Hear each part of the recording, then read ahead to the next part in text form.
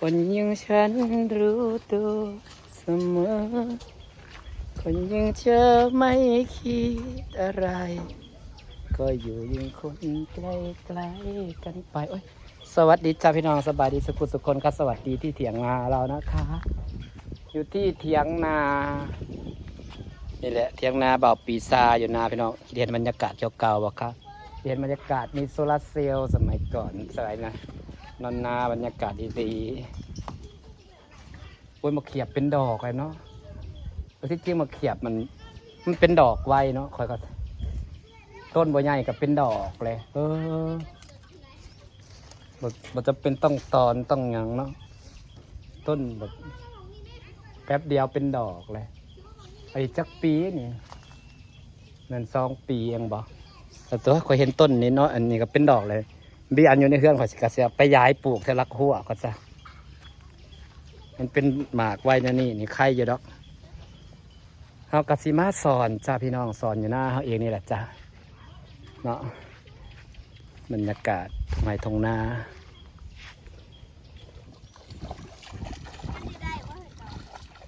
เอาลงให้คุ้งเอาลงให้คุ้ง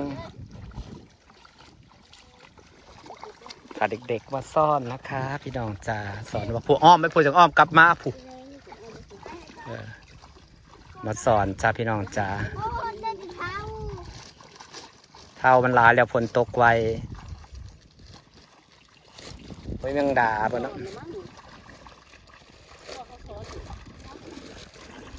ว่าก็จะสอนด้วยนี่สอนมาโดยวานบ่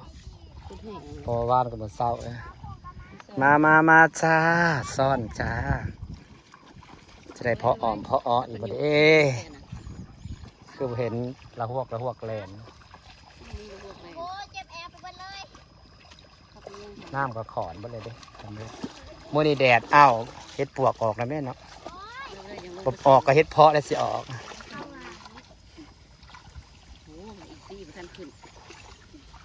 ใส่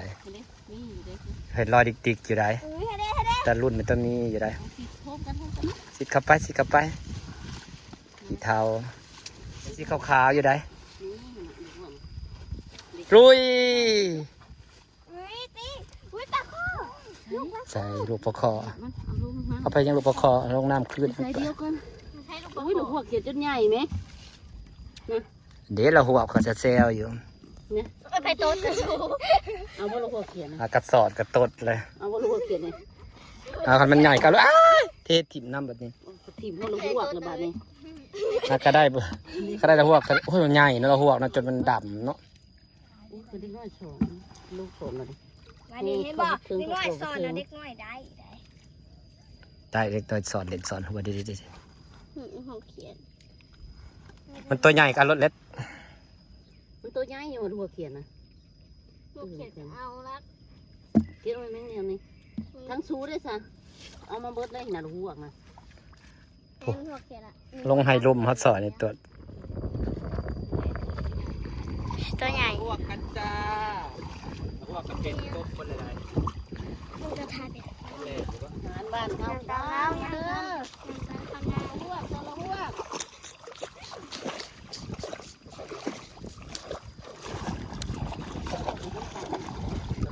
กระแยงเลยครับกระแยงหลายเก็บกระแยงไปขายครับกระแยงใหญ่แล่นแซ่ๆเราหัวตัวใหญ่เด้อขึ้นนี่เลยเนาะหลายเลยเขาพักกันแย่งกันนะกำลังเป็นใหญ่เป็นกบพะแห้งเนาะแล่นแซ่ป้าพักกันแย่งหลายเลยพี่น้องเอายูแมงอันนี้นะเอาแมงอย่างแห้งอ่อมแซ่บเลยแซ่บหัวนะลูกหัวนะนี่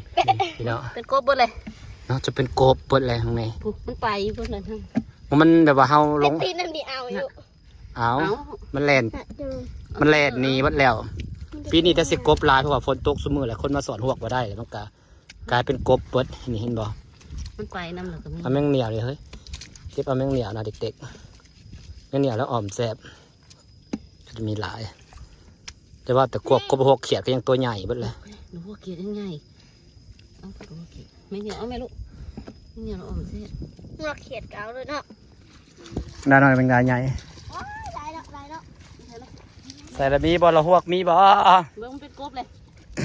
ปล่อยรถเป็นกบเลยนะ พี่ใต้ตีน หามันขาดออกแล้ว หางมันชุดนั่นติ แมงอันนี้ลายใหญ่ก็มีตัวน้อย ยังตับเต่าได้ไหม เห็น ใส่หวกไปใส่บดจะเป็นกบหมดแล้ว มันเป็นกบไปบ่ นี่นะเก็บเอาแมงเหนียวตัวมันแสบ เอ้ยเฮียเอาแมงอันนี้ดิ่งกับมันน้ำหมวนได้ไหมเมียวมีคลิปเลยดิปีบแล้วก็ดิขึ้นมานี่ไอ้ หมึกมันเหนียว แมงละง่ำนี่เก็บมาเอา ตะกี้สอนแม่งน้ โอ้สมัยก่อนนะแมงละง่ำอ้อมแสบแต่ได้มันหักหลายสมัยก่อนนะ ำเป็นอาแซงได้เป็น แม่ ทาง นเขาเก็บ ไปไปเลยจอยเบิ้งเต็งพวกว่าเลยลูก เนี่ยแมงละง่ำนะลายเนี่ยเก็บเอาเนี่ย เดี๋ยวไม่ชุบ มีแต่เขาที่ได้เก็บแมงมันทำนะที่ได้เก็บ แมงละง่ำแมงละง่ำนี่อ้อมแสบอย่างนี้แมงละง่ โอ้ยอยู่กูนานโถก ำนี่กบมันเป็นโตหมดเลยพี่น้องเอ้ยกบเขียดเป็นโตหมดแล้วนี่แมงละง่ำสิได้ ปลาซิวหรองับ เนี่ยไปเห็นสารแล้วบอกเก็บแมงละง่ำ พวกเอาไว้ลูก แมงละงับก็คือลูกแมงปอนั่นเองค่ะแมงปอเนี่ยไปเราจะไปเก็บแมงละงับนะโอ้ยนี่ เฮ้ย แมงละงับแต่จะแซวอยู่ เก็บเอาดีกว่าแนวแสบนี่แนวแสบเด้อแมงละงับนี่เด้อ เขาเปียกนะ แมงละงับแนวแสบ กบเลยนี่อันที่บอกแบบนี้นะ เมื่อยเด้เดี๋ยวหวกไปเซเบิร์ดบ่มี แม่เป็นกบกูเลย มันน้ำยังหลายเนาะถ้าเป็นกบหมดแล้ว มือนะเขาบอกยังไงเนาะหน้า ส เป็น อดไป รอ นำเก็บไปนำค่ะ ที่โคย เบิ่งนะฮะเก็บแมงละงับมีอยู่บ่ อีโคยรักอีโคย ความสะดอกถังก็ได้ ว่าขี่กระเดือนแล้วขี่ปีว่าปีนี่นะ ใส่ให้มันปีกมันจัก โมเมนปีงปีใช้ปีงมึงอะ จริงมันประหยัดจัดเป็นปีกมันโอ้ย จะเฮ็ด บวกเฮ้ยตัวใหญ่ๆกำลังสิพอกออม เป็นพังเลย ขนาดสอนเดียวมันยังพอของมันตัวใหญ่มีสอนให้นี่ละ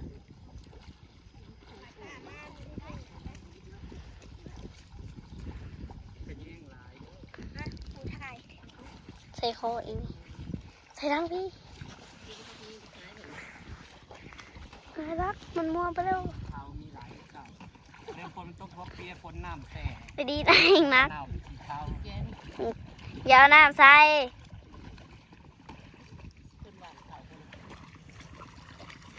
เป็นสีเทาลอกไปอยากคิดเลยโอ้ยนักเด้ รักเองนะ ลาบสีเทาบุกไปแล้วนักเฉยดิ ร้อยไม่แต่ขี้เท้า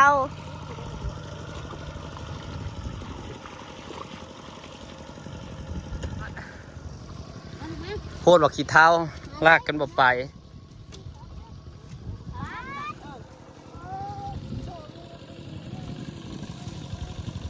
ตัวใหญ่เนาะเราหวกอ่ะเนาะ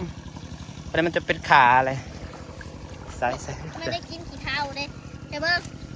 มันเนี่ยหวกกับตัวใหญ่เลย ไม่ก็มีใส่เบิ้งพุ่นนี่อันนี้แม่งเหนียวเหนียวเหนียว ขนาดเราหวกเขียดยังไง อ่ะไปเลย ยัง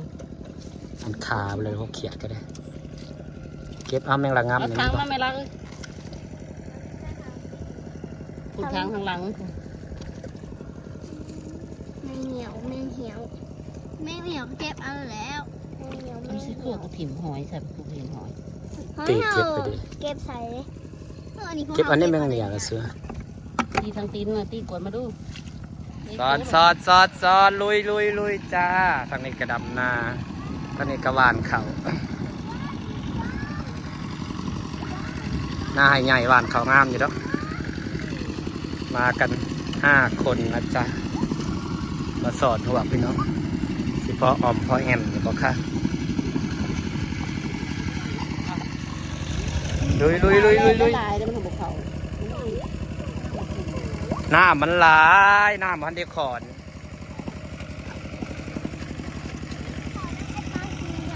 หน้ามันเดคอนเนาะที่จริงมันมีเหรอพวกนะมันน้ำหลักมันเดคอนแล้วมันเอายากใส่ปีโอ้ยน้ำมันลายไปดิมันลอยออกในน้ำแล้วเฮ้ยก็ได้ลายเติบอยู่เด้มันก็บอกเลยนะพอได้เก็บอยู่ได้เบสเซบงเบส นี่นะ แม่ปลาละ นี่สิเขา หนึ่งคือแบบว่าหน้ามันยังหลายหน้ามันเดคอนน้ำเต็มให้หน้ามันสอดยากอยู่แล้ว จริงๆนะพวกมันนี่เราต้องให้หน้ามันขอนก่อนข้างใครนี่มีพวกลายได้ เอาอยู่แม่ปลาดิ ใส่รถปลาขาว สอนกลับไป มีให้นี่ได้ปลากระลายนึงเก็บไปลายเติบ เดี๋ยวมันเหนียวบอส เปลี่ยนกันสอนเหนื่อย หลายเท่าหลายเอาสอนให้ เหนียว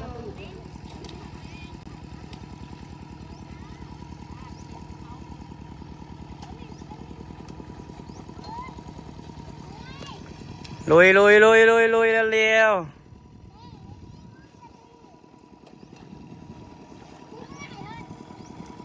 เด็กๆสอนหัวกระจ้ะสู้ตายสู้ตายสู้ตายสู้ตรงมานี่เลยอย่าเลี้ยวตรงมาเลย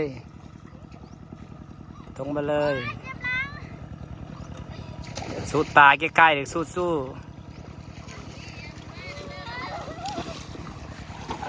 พอดแล้ว ตายแล้วเอาเลยมานี่ ดึก ขนาดตอนนี้ลูกยังติดตาม เอ้ยดึกซอยกันได้แหละมันได้เบิ่ง ขนาดนี้เนาะ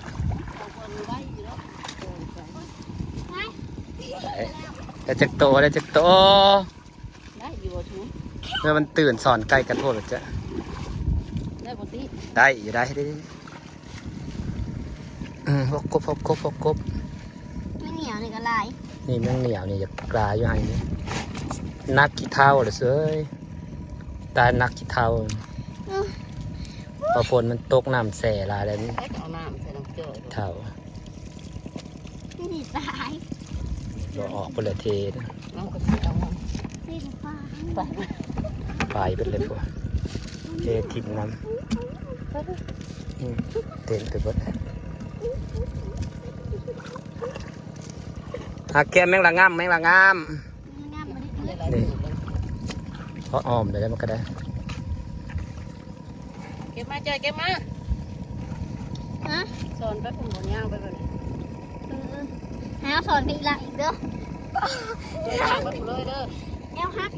งั้นละงามมันก็บอกตั้งใจเก็บเอาลูกมันได้บาทละกรรมพอได้ลุยตีลุย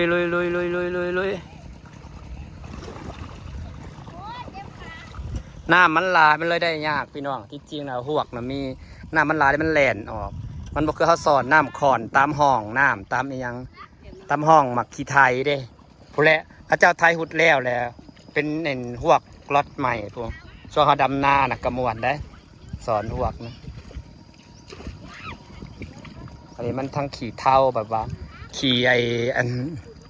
ต่อเพื่อมันเน่าเป็นขี้เท่ามันก็เลยแบบว่าจะได้เขาสอนยากสุขใจจะเท่าบ้านเราเหนื่อยหน่อยก็นั่งพักพี่น้องบาบอเวลาเขาเห็ดเวียกเนี่ยเห็ดเมื่อยเขากับพักขายเมื่อยเขาก็เห็ดต่อได้ก็เมื่อนี่เห็ดเวียกเปิดมือนี่พอเขาพักขายเมื่อยกะคือว่าบ่ได้เห็ดเวียกนี่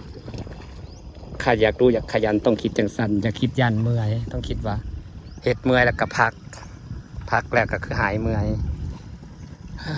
บ่ดิ้นรนบ่สู้ก็บ่ได้ดอกพี่น้องชีวิตคนเราสมัยในสมัยเงิน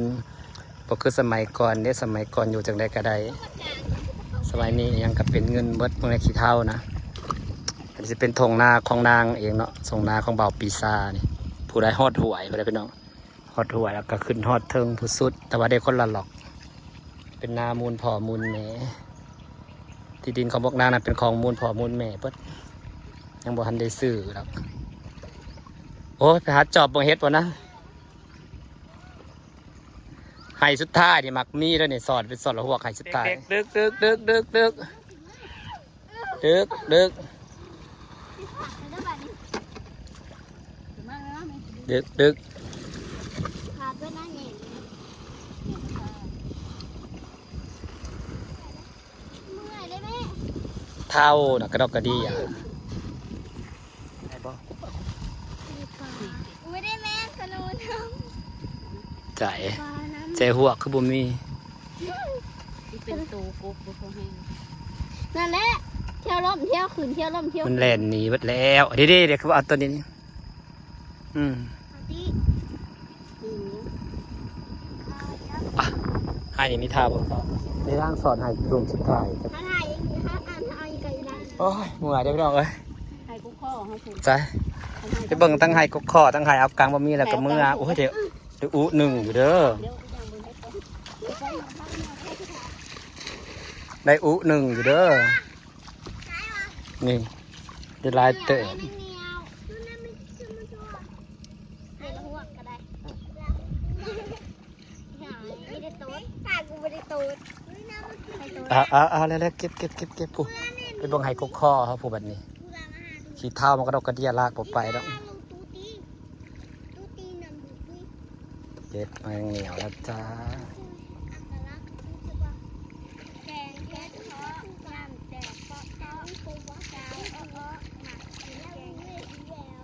ปะเอาเบิ่งไห้กกข้อลุยมีปะ เจ็บตีนเลยจกเจ็บตีนไม่เหนียวไม่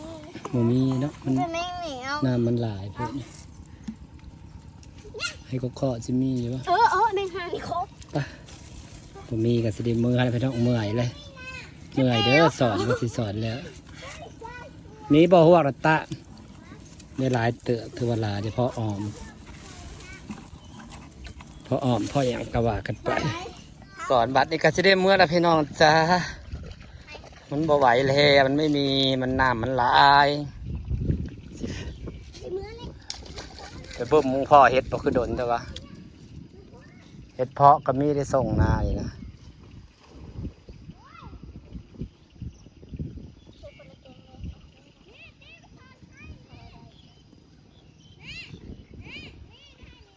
มีบ่สอนรถดาพักกันได้สอนกันลุย เลยดู ๆสาดเป็ดกัน